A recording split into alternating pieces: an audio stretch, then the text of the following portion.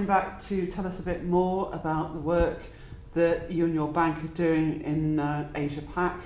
And what came out in the conversation earlier was how Asia is so diverse, and there's emerging economies that really are very, very nascent, and then there's more developed ones, and how these all play together in an overall supply chain, and the sort of holistic nature of the way these bits of the chain all hang together is something I thought we could talk a bit more about, picking out key geographies. So tell us a bit more. No, that's good, and thanks for the opportunity. That's really good of you. Look, I mean, for us, Asia's vital. Yeah. You know, the growth of supply chain activity in Asia over the last few months has been striking, and we're very confident it's going to continue to grow for us. We're very clear that many multinationals are developing regional treasury centres in Singapore and in Hong Kong, and increasingly for Asia, those peripheral Asian countries are going to become much more important places for production, for manufacturing. Yeah. So the intra-Asia supply chain is going to be critical to both large regional players and Western multinationals who are developing those regional treasury centres. So the supply chain opportunities are huge in that marketplace, but they're also very diverse. So we have essentially quite developed markets like Hong Kong and Singapore, like Korea and Japan, where the potential for flow is reasonably straightforward to digest. But then we have this second tier of countries where the markets have not developed to quite the same level. So I'm talking about places like Indonesia and, of course, the greater Mekong. Yes. And these areas do present different challenges to us as a financing bank. Yes. They're not insurmountable, but there are regulatory challenges in each of those marketplaces.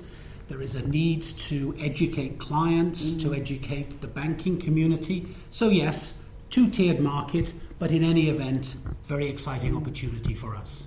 And at the same time, we've got the infrastructure developments all happening, and taking the Mekong itself. I don't know, there was a piece in The Economist, wasn't there, about how the development of the Mekong and the dams are going to produce hydroelectric power, and that again will bring further opportunities for financing once that all sort of goes further forward.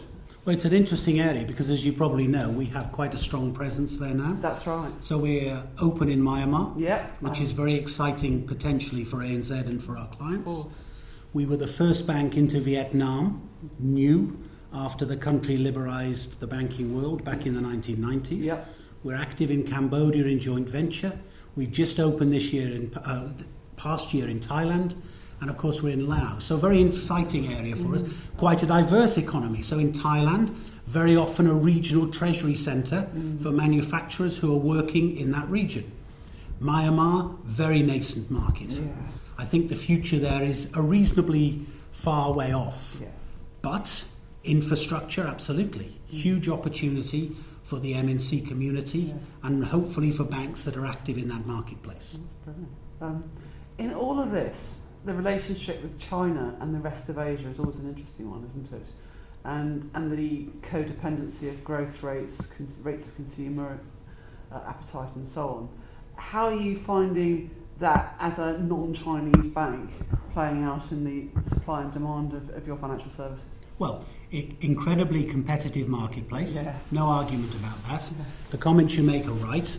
I think we've seen China emerge into a post-industrial state in about 25 years. It took the United Kingdom well over 125 years to get there. And so now the connectivity across that Asian region is changing a little bit. Less demand to suck in raw materials and more interest in consumer goods. And therefore the links between China and the other countries in the Asia and ASEAN region, the dynamics change a little bit. And I think we're going to see much more in that sort of consumer market, the nature of white goods, the nature of consumables and the trading that goes on in the region, that dynamic changes. So potentially a challenge for Australia, our home market. I was going to ask about Australia. Where traditionally, you know, we've led the world in exporting raw materials and foodstuffs to China. That will continue, but it will continue at a lower level than it was in the past. How confident are you feeling about the recovery of the Australian economy, given everything that's happened Well, still very strongly linked to where the commodity world is. Yeah. So, as I said before, I think Chinese demand will continue. Yeah. It'll continue at a lower level.